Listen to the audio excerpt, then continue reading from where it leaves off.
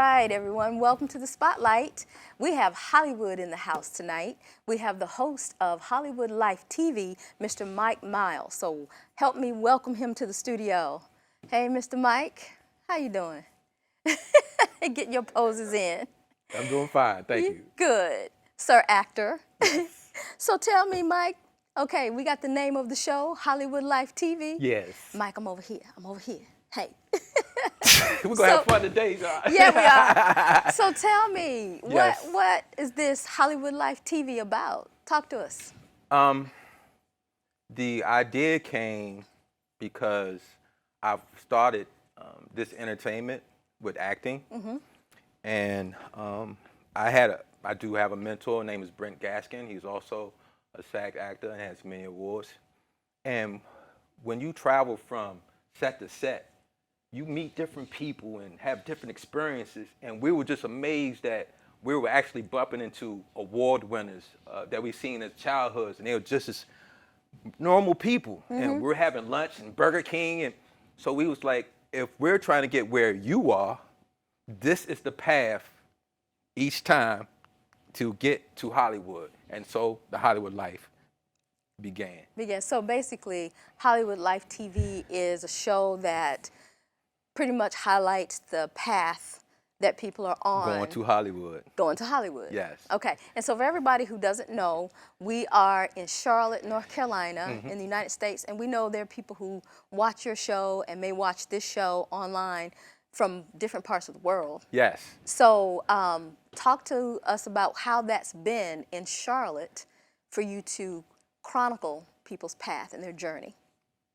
Great question. I'm glad you asked. Okay.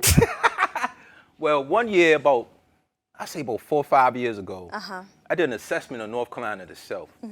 And independently, over $60 million were made in revenue by independent artists in this state. Wow. And with the lack of legislation that we had in that state, I took it upon myself to say, I wish I had $60 million. How can I do that by myself to get a piece of that pie? So I started a platform, just recording, like I said, recording my path as I go through these experiences. And as I was meeting people, I was meeting other platforms and seeing how they was getting their notoriety.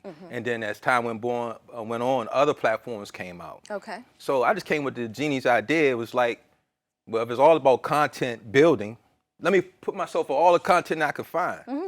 And when I did find out, more doors that I opened, more people from all over the world was trying to figure out what I was going to do next. And after more time, I started to realize this picture was too big. I need to streamline this process. Okay. And I still was able to keep the viewers. And from that point on, it was just keep doing what I was doing. So I built a vehicle, and it actually took care of itself. Okay, so you're from Charlotte? Where are you from? I was born in D.C., raised in DMV, which is D.C., Maryland, Virginia. But I've been in Charlotte for 12 years. Okay, so speaking of the film industry in Charlotte and what you just said about having to streamline what you were doing to Charlotte and to how you're working in film in Charlotte, what are some of the things that you feel like our community should do when it comes to film? That's a great question. One, you start a project, finish it. And when you finish it, do something with it. Just don't let it sit there and gather dust. Right. You never know what might come out of it. The second thing was, and it's just to answer your question, the community. If we can put some criterias in place like they have in Hollywood, we wouldn't have to go to Hollywood. We have all the talent, the skills, and the equipment here. So we don't have to go to Hollywood, Florida, New York, build it here. But it takes the community to come together and then start that process. Yeah. Well, you alluded to something that I wanted to speak about and speak on regarding the legislation that we had earlier, specifically in reference to our governor and some of the leadership that really may not have understood or took seriously the tax incentives that come along with film production. A lot of people may also not know about the fact that, or they may know about the fact that we have had several major films produced That's right. in Charlotte, That's right. in North Carolina, or partly in Charlotte. For example, right. Iron Man, you know. So when those tax incentives lapsed, you know, and then we were going from one governor to the next, they kind of fell through the cracks. Correct. Can you talk to us a little bit about how you may see it coming back, or what we need to do to move forward? Today's climate is really sensitive. So I really encourage any producer out there to have pride in their work, and don't let the outside influence change your pride in your work. The reason why I'm saying that is, once anything comes out of Charlotte, let's say music, an artist, Right. we as a community need to support that artist, because that door being open will open other doors for others. And I do believe from the top even down, that's where we lack. Okay. If something was produced, how come other people don't know it? You know, and if it's something that is to be known, how come the people aren't sharing it? You know, why does it take a person to leave the state, the city, to do what they've been doing, to get the recognition and come back to finally say, oh, no, do it, take pride in your work, do it now, don't listen to the naysayers, create your own lane. If they don't like it, you already riding on the highway. And on that note, in terms of creating your own work, finishing what you start, that just may help with the tax incentives. That just may help with leaders seeing what we have here to offer in the arts in a bigger way, because we do have some very good arts recognition here in Charlotte, but it could be more, and there's more to do. So I like what you said about get your work done, get out there, and you don't necessarily have to leave the state. That's right. So that's good. That's good. So talk a little bit more about Hollywood Life. I know you have great guests on there and artists that you're talking about, helping them get going. Who are some of the people that you have featured that have done some good things? Be Sincere, that's one of my artists. Well, Okay. that's not my artist. An artist that I did a video for. I was a director. We had a cinematographer, I can't remember his name, but from the setup, the lighting, the people positioning, from the beginning to end, we shot that video. I was proud to do that. That's great. So it's called Don't Make Them Like You Used To by Be Sincere. Check that out. I've also started a commercial for the NFL. There's some NFL, like giving back to the community. Some members of the NFL has decided to take youth development a step further. So what they're doing is they're going back to the middle schools before they even hit high schools and getting their 40s, their 50s, their 40s, their long jumps, their verticals, and what you was doing when you was in 8th grade versus graduating from high school versus going to college and pros, there would be a track record of your growth. And I was one of the first to record that from all of my youngsters in the state of Virginia, and I'm happy to do that. Thank you, NFL people, participants. Awesome. Well, I also know another one of your guests. That's great work that you've done, and the people out there in the community who've been able to benefit from what you've done by highlighting them, they see that's good work. Remember, when I put stuff on my platform, there's several platforms. Yeah. So once a person get a content with me, they know they have a great chance of being seen. That's awesome. And I know another guest that you had on your show was Mr. Robert Rankin Jr. Yeah. Yes. And Hi, Rob. he is cinematographer. He's done some directing and writing, correct? Yes. Yeah. I met Robert Rankin on my show, and it was about 2-3 years ago. And his friend Joshua Stevens, who's also an award winner, kind of slid him on my show. Okay. And I was recording out of Jay Holliday's media group out of Tuskegee. I think you're out of Tuskegee somewhere, real close to the airport. Okay. And we did the interview with Hollywood Life, and that was the beginning of our relationship.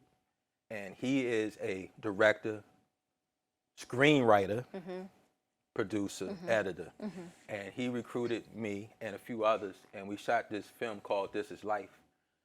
it was so fun. It was him, his wife, even his children in it. Okay. And that film, he submitted in Burbank, California. Okay. The film The festival there? film festival there, which is the biggest in the country. And he submitted it for dramatization, something like that. Okay. But it ended up being the best overall film in that festival. And right now, he has the best overall film in the country, which makes me the best overall actor in the country. Well, we will be looking for your Academy Award, Mr. Mike Myers. Yes, ma'am. So, did you film some of that in Charlotte? All of it in Charlotte. All of it in Charlotte. So there you go. We have that great talent that's here, including yourself, and the ability here, the resources here, and then From Charlotte, the equipment, the actors, the locations, all in Charlotte. And I would like to give one more, Marcus Massey of Gargantua Entertainment. He was the one that did my very first film, which also was in Charlotte. Okay. And that was about 3, 5, 7 years ago. Okay. And that was the highest download in the country during this time. It was the highest downloaded film. Okay. Well, that's neat. That's good to hear. So obviously, you know, with what you have been doing and with those you work with, we can see that there is just great talent right here. There's plenty of opportunity, and I do like to say that if you feel that opportunity is not here, I'm a living testament. You can literally walk down the street and opportunity will come to you. Just don't let them go by. Blessings don't come for no reason. That's right. Sure, that's right. And I know I did hear on your show you were speaking about how some people miss nuggets, or there are nuggets that are coming to them because of the fact that you could be doing something, a career, that you think you're supposed to be a part of, and then some nuggets come or some different interests come, and you realize, well, wait a minute, maybe I should be doing this over here. Yeah. I heard that conversation between you and Mr. Rankin. Yeah. So.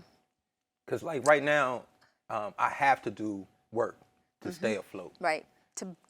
I wish put to food on the survive, to table. put food on the table. Right. I wish I can get that Denzel Washington check. Someone have to do that, and I could study on my craft, and then move on to the next one, move on to the next one. But reality is not the case. So I still got to be a man and take care of my responsibilities. Right. So it's a juggling process. Right. And again, that's the Hollywood life. You know, I still got to do my day to day and still try to do my best to fulfill my dreams and goals. So it's a balancing act. And once you're in this field, you understand. Well, matter of fact, if you're doing anything, you got to balance. Sure. Yeah, you got to balance some things to get things you want. Absolutely, because I'm thinking right now of people who may not even have a family, or they are young people who they go out to California, or they go to Atlanta. We didn't even mention Atlanta. It's not too far from here. That's right. Or they go to New York or Austin, some of the different artsy places in our country. And many of them end up working as waiters and waitresses. That's like the common theme, That's right? While they're pursuing an acting That's right. career, or pursuing working in production on a film set, right? So it's reality. It's reality. So what would you say to some of those younger folks who feel like they can do that, but, you know, we're right here? What would you say? God don't put burden on you unless you can bear it, right? You were not in this situation if it wasn't meant to be. So whatever you do, it's going to be up and down. You're going to go through trials and tribulations, but you got to go through it. And that's what I'm saying. No matter where you go, no matter where you are, you still have to be you. And you cannot be you if you halfway doing things. So I can go, and that's how I was raised. I can go in a room full of men. There's one more coming in here. Don't change who you are.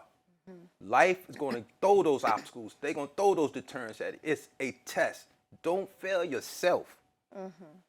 Just have pride, strength, and endure, and have faith in the Lord. And nobody can stop the plan. It's as simple as that. Ain't nobody stopping this right here.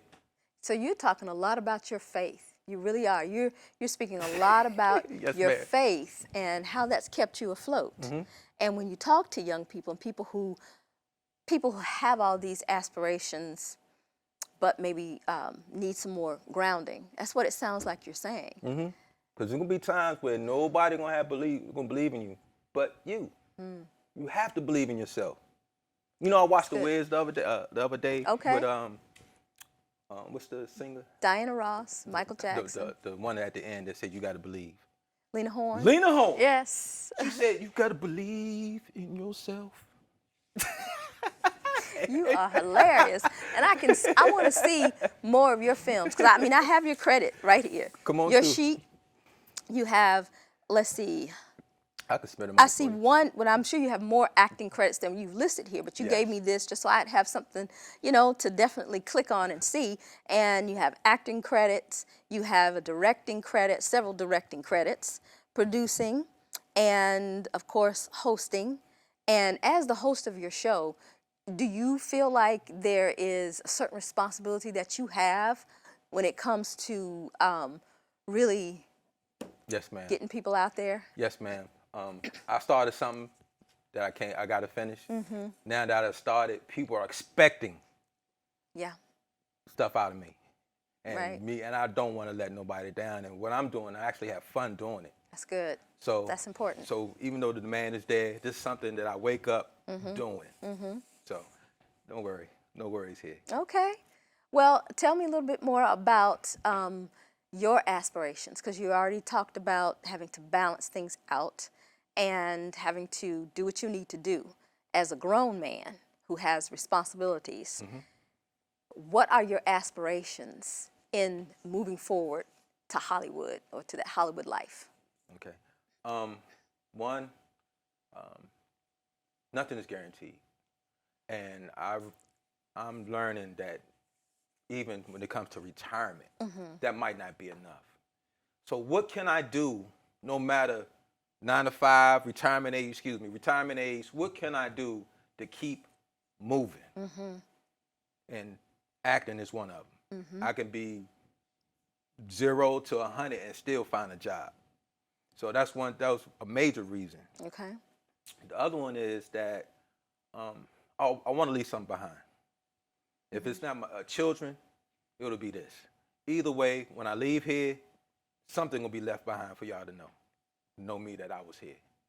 Those two biggest ones that I do have. And then the last one, I'm just good at it. Okay. You're just aspiring to be good and even better in what you do. That's right. I never want to be the best. I just want to keep getting better. Well, answer me this. You like that one? What do you lean towards most? What do you really gravitate towards most in this field? Acting, directing, producing? What is it that really draws you? The completion. The completion? Yeah. Okay, so. As long as I'm involved and it's completed and it's going somewhere, Yeah. that's the part that drives me. So Okay. if I'm in front of the camera and everybody behind the camera, and we're gonna get this thing completed and get it on to the next level, let's do that. But if you need me to get behind there, are we gonna finish this? Yes. We're gonna do something with that? Yes. I'm all about the completion. Well, as an actor, you may not necessarily be involved in completing. You have your scenes and you go on about your business. So it sounds to me like you are more on the end of the producing end and directing, collaborating to make sure that the project gets finished. Okay. Is Yeah, that that's correct? more What like you it. feel like it? Because I know the sheet that you did give me does have a lot of producer and directing credits. And then editor, sometimes the editor.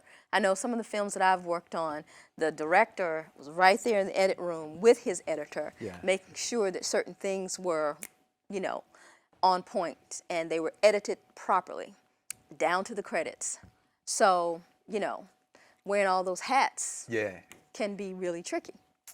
Again, yes. And you have to keep up with times, because technology, apps, software always change. Right. And any updates can throw your whole gambit around. So I do take pride in taking in information from various sources. Okay. So when it comes down to editing, pretty much the software program may be Final Cut, DaVinci, Premiere. Premiere. That's my best. Okay. Power director. Okay. And the two more I can't think of. No I problem. will just jump in there and get it done. You know, even if I have to layer the film, run the music through Final Cut, but take all of my visuals through Premiere because they have the Adobe suite and with the illustrations, with the After Effects and all. Yeah. I'm down. Long as that thing is the best it can be when we're done, I'm all down for that. So are you more comfortable doing the editing in order to get to the completion of the film? Because you said that's important to you. Are you leaning more towards editing No. as your, okay. You just want to Whatever, get the project finished. Get it done. Okay. Get it done. If I'm the actor, because just like editing, that acting sheet can be 20 pages long. Yeah, depending on your role. To do an edit, it can be 5 hours to a day. You know, so time depends on what you got going on. But my bottom line is, if I'm gonna get involved, are we gonna finish this? We're gonna finish this race, and whatever comes after that, we'll just take it from there. But I'm not want to get in, and I don't want a lot of people to get into that. I did this and did that, and don't go nowhere. Right. I do not want to be in that. I make it clear up front when they ask me, are you gonna finish this and what you gonna do with it? Right. It don't have to be monetary. It don't have to be the credits or anything. My biggest thing is, are you going? Who wants to be around a person who starts something that don't finish? This is true. Yeah. Don't waste my time or yours. You can kill your time by telling me, no, I'm not gonna. I don't know. No, I got too much stuff popping, player. Right. So, have you ever been to Hollywood? Yes, but not for film. Not for film. Yeah, I was visiting somebody and Okay. went out there and saw that. I even been on Tyler Perry Studios. Okay, so in Atlanta, you've been to Tyler Perry Studios. Did you take a tour? Were you involved in a project that he was producing? He had an assignment down there. Okay. So that was my excuse to go down there and check it out myself. Okay, so you were on the grounds. Yes. And what did you do? I sat by the gazebo. Okay. Pull out my phone and start editing some stuff because I wasn't allowed to run around. I see. Okay. Right, but he was in one of the studios, and when he came out, we was able to get the lunches and visit all that because I was with him. I got you. And then You were after his that, guest. Very good. From there. But that's very inspirational. I was going to say, you got your feet on the grounds, and it was inspiring in order for you to, just have that experience. Yeah, and then to bring that back to Charlotte, that inspiration back to Charlotte, I can imagine it probably just really fueled you.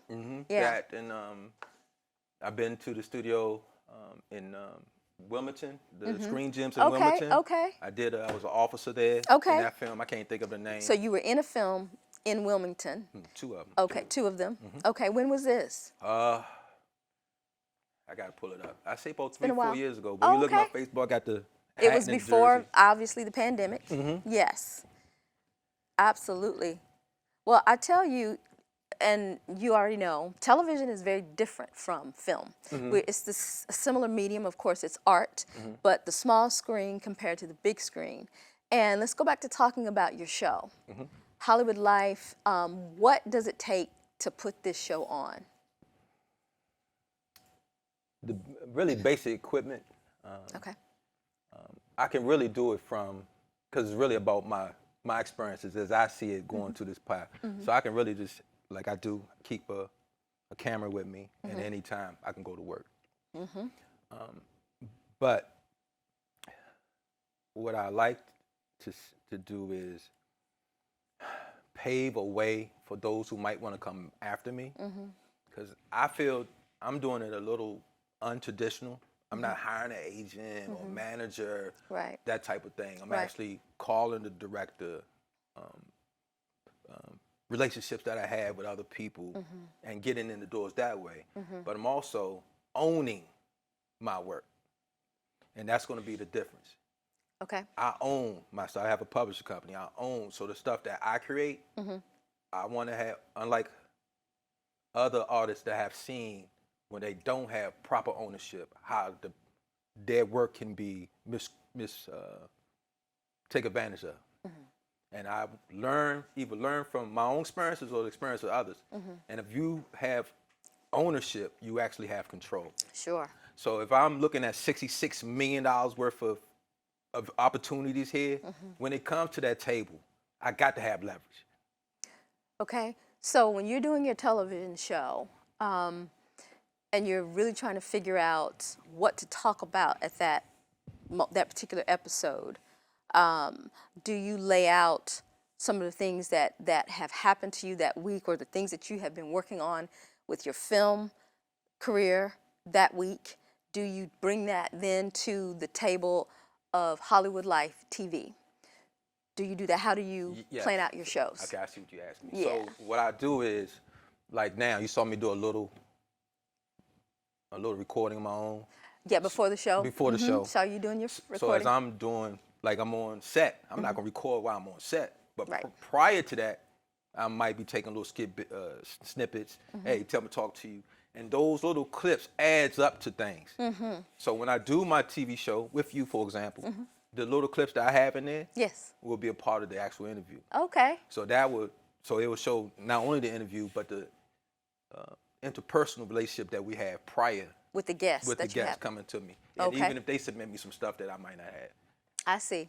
So you just really kind of look at some of the relationships that you have already in the industry, and then think, hey, this would be good for my show because my show is good for the community, and it's good for the community because you are doling out information that people can actually apply to Correct. their lives. Yeah. We can take Sincere, for example, from Charlotte. Wrote a song. I interviewed him, did his video. So as we doing the interview, you're going to see the clip of the video clip. Then the questions I'm asking about A&R, how you getting your music published. Right. And those little clips that he seen us working together, that would inspire the next artist to say, you know, if Big Sincere can do it, I can do it too. Awesome, awesome. Well, I tell you, I am gleaning a lot from you, and I'm so excited to go and check out some of the work that you've been doing, you know, on Hollywood Life and in film. And so right now, in terms of wrapping up, why don't you tell everyone when they can see Hollywood Life TV on this platform, and what else you're going to be doing? The Hollywood Life. No, your camera. The Hollywood right TV there. show come on twice a week. I believe it's on Monday evening. What was the other question you asked me? I was asking you about, you know, what they can look forward to seeing in terms of film. And what you're going to start looking forward to seeing is that I did a lot of independent stuff in the past. Now, a lot of my stuff is being syndicated. I'm actually getting picked up by these big boys. So a lot of my followers and friends that has not seen me because of the independent features I've been, you definitely will see them now. All One right. would be Mafietta 2 by E.W. Brooks. I play the Admiral. I got a Jamaican accent. I can't wait for y'all to see that one. Woo. All right. Well, Mike, thank you for being here. Yes. Thank you for. I had a great time. Good. I'm glad. We could keep talking, but I tell you what, we're going to look for you in the places that you said, okay? And thank you guys for joining us. We will look for you to come back at this location right here on Access 21 for CMPAC Spotlight. We'll see you next time.